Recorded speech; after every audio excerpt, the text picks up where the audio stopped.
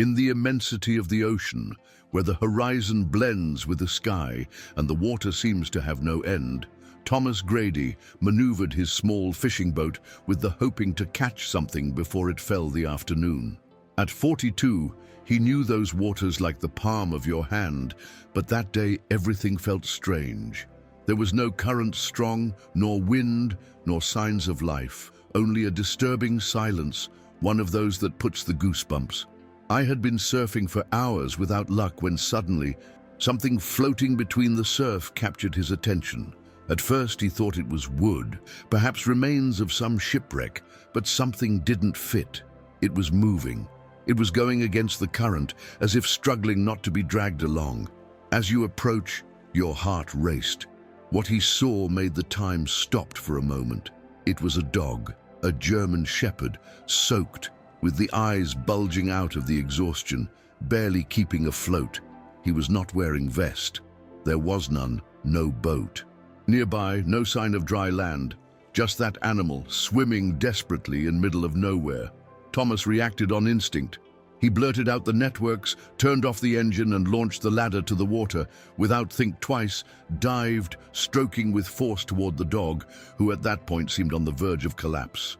When it reached, noticed that already I hardly moved the legs. The he held on as best he could and, with the effort superhuman, that took him back to the ship. On board, Thomas spread a dry tarpaulin over the cover and placed the shivering dog on top. His body was ice cream, its paws scratched, and his breathing was so weak that for a moment he thought he wouldn't make it. Survive. He looked for a towel, dry quickly, and approached a bowl with water, which the animal, against all odds, drank slowly. While it wrapped around to give him some warmth, Thomas couldn't stop wondering, as demons had finished a dog in half of the ocean, more than 200 kilometers from the coast. It had no collar, no tag, no visible tracker, just the red marks under his front legs, as if he had been swimming for hours. If this story is surprising you, I'm telling you clearly, subscribe to the channel. It's the only way I can continue bringing you stories like this. Do it now, it's free and it helps me very much. Thomas, his instinct. He said that this was not a simple accident. He had been a rescue diver in the Navy for more than a decade. He read the sea, understood its mysteries, and this was not normal. While the dog, exhausted, was beginning to fall asleep on the canvas, Thomas made a decision that would change his life. Not it would lead to a shelter, nor would notify the authorities. Would take his cabin, a old wooden place by the sea where I could recover. Something in those eyes dark, filled with a mixture of fear and determination. He said that dog had a story, one he was about to discover. That return journey to the cabin. It was different from any another. Thomas couldn't stop looking out for the rearview mirror to the dog, who, despite extreme tiredness, did not close the eyes completely. I watched every movement, every sound, as if I were analyzing possible threats. He did not gasp, he did not whimper, he did not seek affection. Simply was alert, too alert to be just any dog. When he arrived, Thomas lay carefully, arrangement on an old blanket near the chimney, and prepared some food, although the animal barely tasted a little. He just drank water and lay back down, but his ears were constantly moving, picking up every noise. Have you realized that this is not a story? Anyone?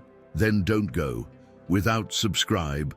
Just like that, I will be able to continue telling you stories like this. Hit the button now. With he. As the hours passed, Thomas began to notice behaviors that didn't add up. The dog wasn't scared with the thunder, nor with the sounds of boat engines, nor not even with the fires artificial that someone launched from the dock. I was walking along the cabin, measuring his space, sniffing corners, recognizing entry and exit routes. He wasn't looking for food or affection. He seemed more interested in memorizing the environment. Thomas, who had worked years with rescue teams, I knew perfectly what was seeing. That dog was not a lost pet. It was, however, doubt. An operations dog, a trained dog. The doubt became in need. Thomas needed answers.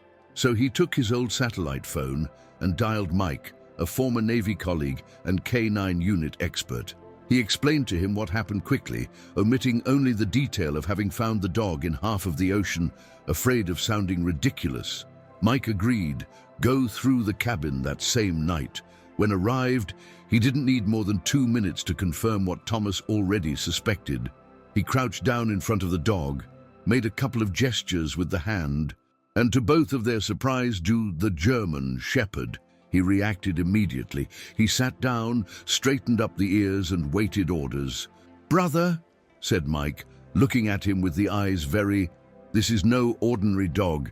It's trained for advanced tactical operations. It recognizes manual and auditory commands.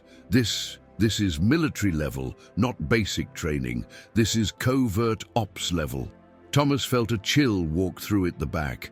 Everything had even less sense. What toward a military dog, floating alone in half of the ocean? Mike checked his paws, his fur, and then he noticed something else.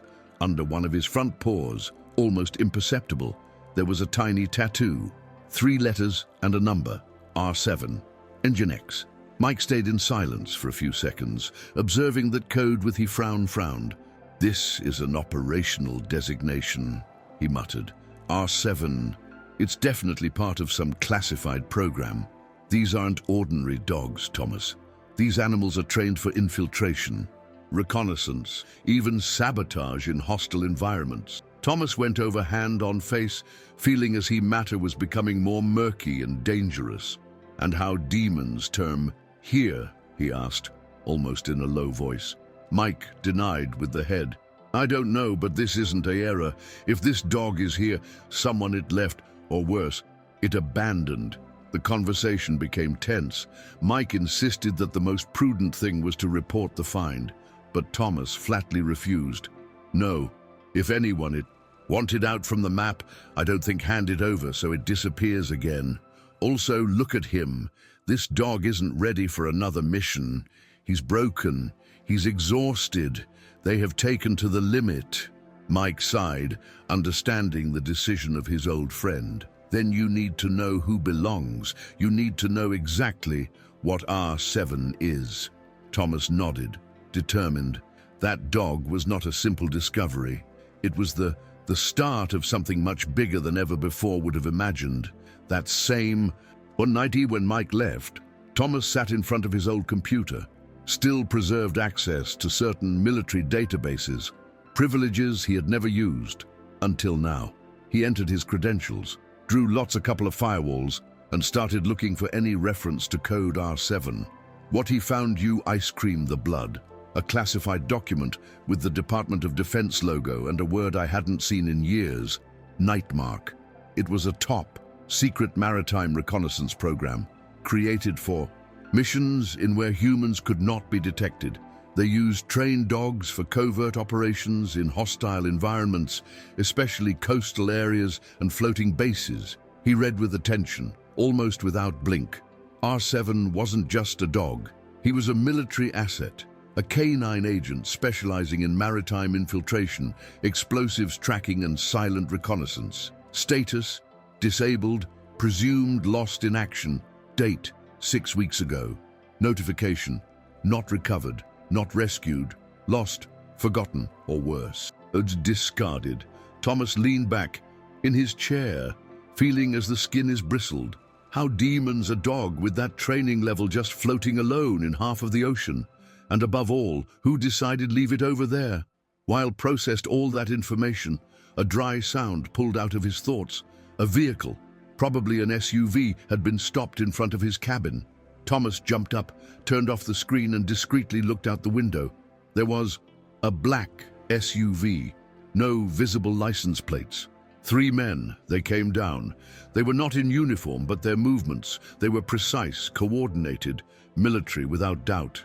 One of them held a strange device, resembling a scanner. He walked slowly around the perimeter, as if looking for a specific signal. Thomas understood immediately. They were looking for R7. Without wasting time, he went toward the dog, who he stood tensely, with his rigid body, as if recognizing perfectly what was to come. "We have to go, boy," he whispered while I was preparing an old backpack with it essential. Right now. They left through the door rear, crossing the small forest that surrounded the cabin. Thomas knew every corner of that land. He knew that less than a mile away kilometer there was an old abandoned port where still was left a functional boat. While they were moving forward quickly, I listened the firm steps of the men surrounding the property. There was no margin for error. If they found, everything would end. They arrived at the port just when the lanterns, they began to illuminate the rear from the forest. Thomas pushed the old boat towards the water, turned on the engine, which miraculously responded, and jumped on board along with R7. While they were moving away of the dock, they clearly heard a scream along far away. "They're escaping!" Followed by footsteps hurried and the metallic noise of weapons loading. Thomas ducked the head, accelerated as far as he could, and went deeper in the darkness from the sea, trusting that the fog of that evening the protect, but it didn't take long to appear. In the distance, powerful lights from helicopters began to sweep the surface of the water. Then they came the drones, equipped with thermal sensors. Thomas knew they couldn't hide a lot time if they continued in the open sea. Think, he repeated to himself while looked the boat as old radar. R7, for its part, did not leave its side. It did not tremble. It did not show fear. I just watched his sky, and then to Thomas waiting for instructions, as if following being part of a mission. Thomas looked sideways and said almost without thinking, "Calm down, boy. Now we are a team." The chase became more intense. From the helicopter they launched signs ultrasonic, a sound barely perceptible to humans, but for R7, a clear command. The dog began to tense, looking around with anxiety, as if something inside him was automatically activated. Thomas realizes immediately. No, he murmured, understanding what was passing. Those signs were designed to activate obedience protocols in military dogs. R7 struggled to stand firm, but his muscles trembled, his breathing quickened and his eyes turned glassy, trapped between its training and the freedom newly acquired. Without think twice, Thomas opened the toolbox, searched the old frequency inhibitor that he used to use in his days as a rescue diver, and turned on. The beep from the helicopter disappeared in matter of seconds. R7 fell to the ground, gasping as if he had escaped from a nightmare. Thomas knelt beside him, held the head, and him said firmly, "You are not a code. You are not a tool. You are free, Ranger," because yes, he was no longer R7. From that moment on, for Thomas, that dog had name own, Ranger, and that simple word seemed to break chains, invisible ones that carried years holding it. Taking advantage of the fact that the inhibitor was working, Thomas swerved toward a rocky area he knew well, an older passage used by illegal fishermen years ago. The drone propellers were not long in coming in, lose sight of them, and lights from the helicopter began to fade away in the distance. When finally the coast was left behind and silence took over again from the sea, Thomas left fall in the pilot's bench, taking a deep breath, while Ranger, it looked as if also knew that they had cattle that battle, at least for now. They sailed for hours, until they reached the abandoned islet, a site that Thomas had used in he past as an emergency shelter.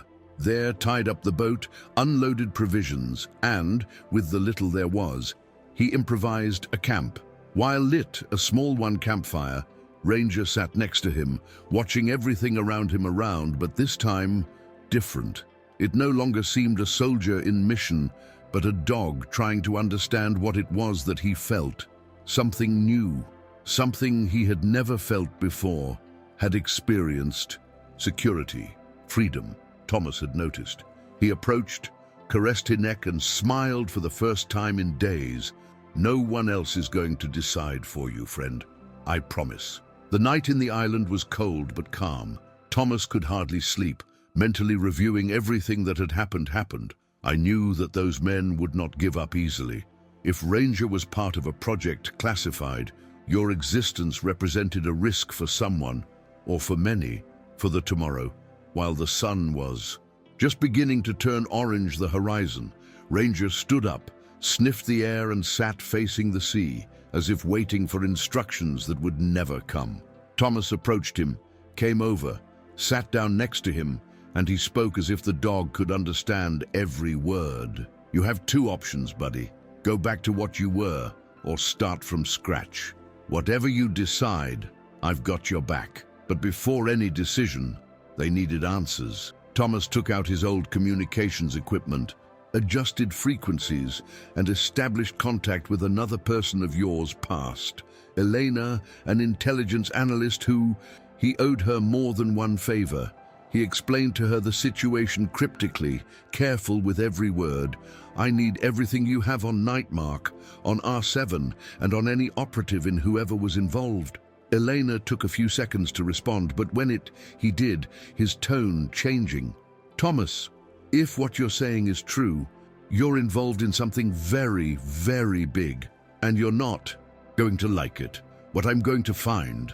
During the following hours, while Elena worked from her terminal in somewhere in Virginia, Thomas and Ranger, they explored the island.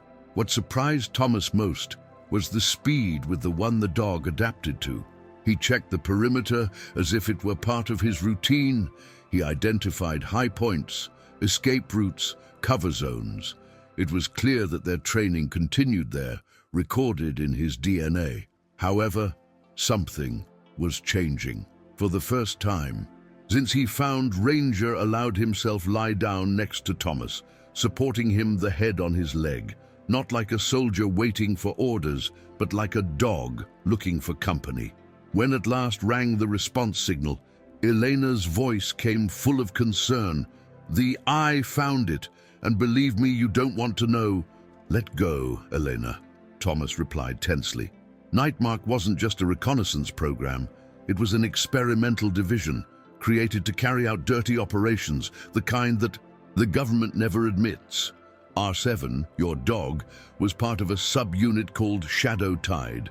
Dogs designed not only for reconnaissance, but for sabotage, elimination selective, and data recovery sensitive.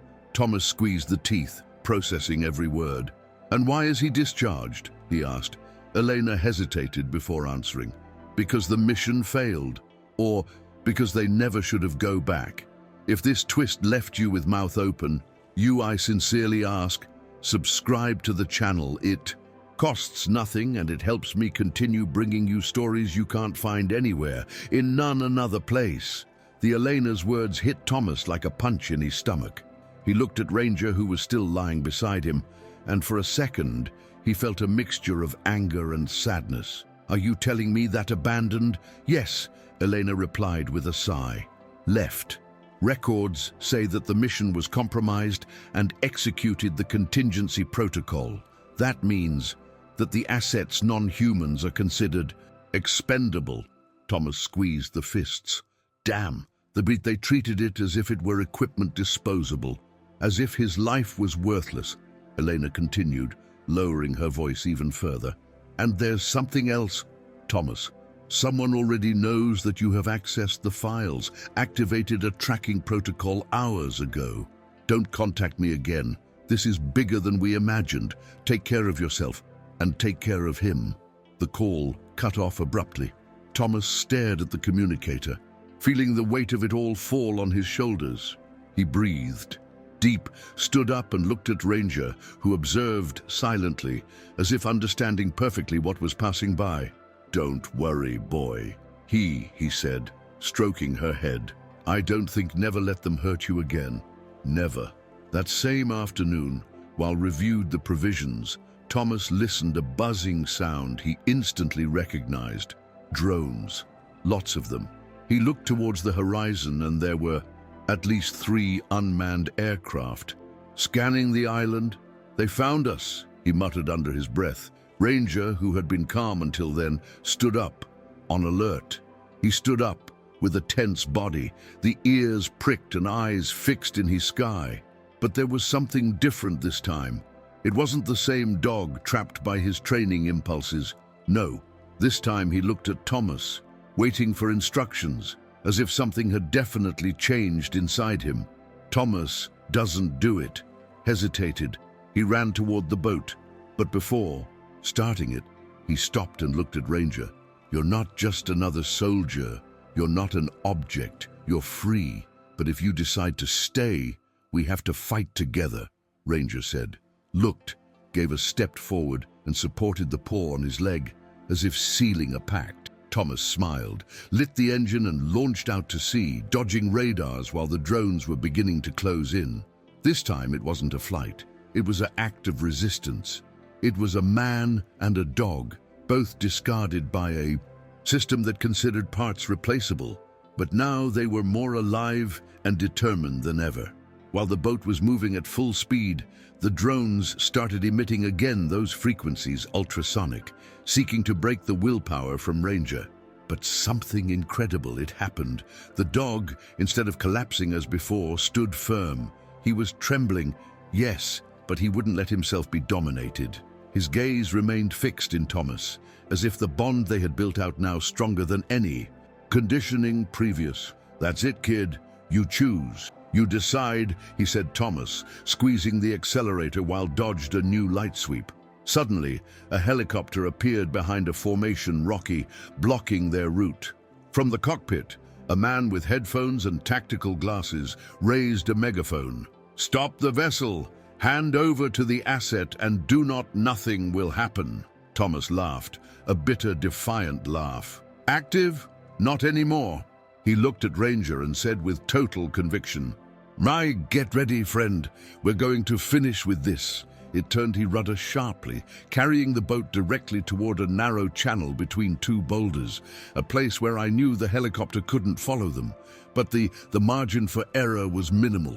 One mistake, and they would both be finished, crashed against the rocks. The boat was grazing the stones every second, while the helicopter's propellers were left behind, unable to maneuver in a space so reduced. Thomas controlled his rudder with pinpoint accuracy. But then a shot rang out. One of the rear engine's propellers was reached, and the boat began to lose speed. Come on! Don't let me down now! Thomas shouted as hit his control panel. Ranger, who hadn't left his side, jumped up and, against all instinct, launched himself at the engine compartment, biting one of the loose wires and releasing it just in time. The short circuit turned off the secondary systems, but released enough power for one last push. If he has you caught this chase, imagine what's coming. But so the channel doesn't get lost, I need you to subscribe. Now same, do it. It's fast and free. This way we'll stay together until the end. With a roar of the engine, the boat left of the narrow channel straight towards the open sea, leaving behind the drones, the helicopter, and the men who were still trying to track them. Thomas let go his helm for a second, taking a deep breath, while Ranger settled in beside him. Panting but with the head up. They had managed to escape, for now. He looked at the dog, passed the hand for the back and smiled. I don't know you, mate, but I think we deserve something better than living running away. Ranger moved the tail for the first time since they met. It wasn't emotion nervous. It was a response, an acceptance. Hours later, already safe in a hidden cove that only local fishermen knew, Thomas sat down in the wet sand looking at the horizon. Ranger lay down beside him, this time without the tension of the previous days. I was just calm. For the first time since I was rescued, Thomas noticed something different in her eyes. They were no longer those of a dog programmed to obey, but those of a being who was beginning to discover what it was like to be free. You know, Thomas said, breaking the silence. We could disappear, change our name, our country, live in peace. But something tells me this is not going to stop here. A week later, both of their lives had changed completely. Thomas sold the cabin, got rid of the boat, and eliminated any trace of his previous existence. Now they traveled in an old adapted van, far from radars, far from eyes that see everything they watch. But they were no longer just a man and his dog. They were two survivors, two discarded pieces that had been found in another something they never knew they needed, a home. Ranger was no longer a number nor a code. Now he was a dog with name, with a life of its own, with the freedom that you was denied since birth. And as they both walked along that endless road, with the sea on one side and the world on the other another, Thomas understood something that he never I would forget. Not all of them heroes, they wear uniforms, and not everything that is broken should to be broken. If you've made it this far, it's because this story touched you, so don't leave without. Subscribe. Really, just like that, I can continue creating stories like this. Subscribe, comment and share, because this newly starts.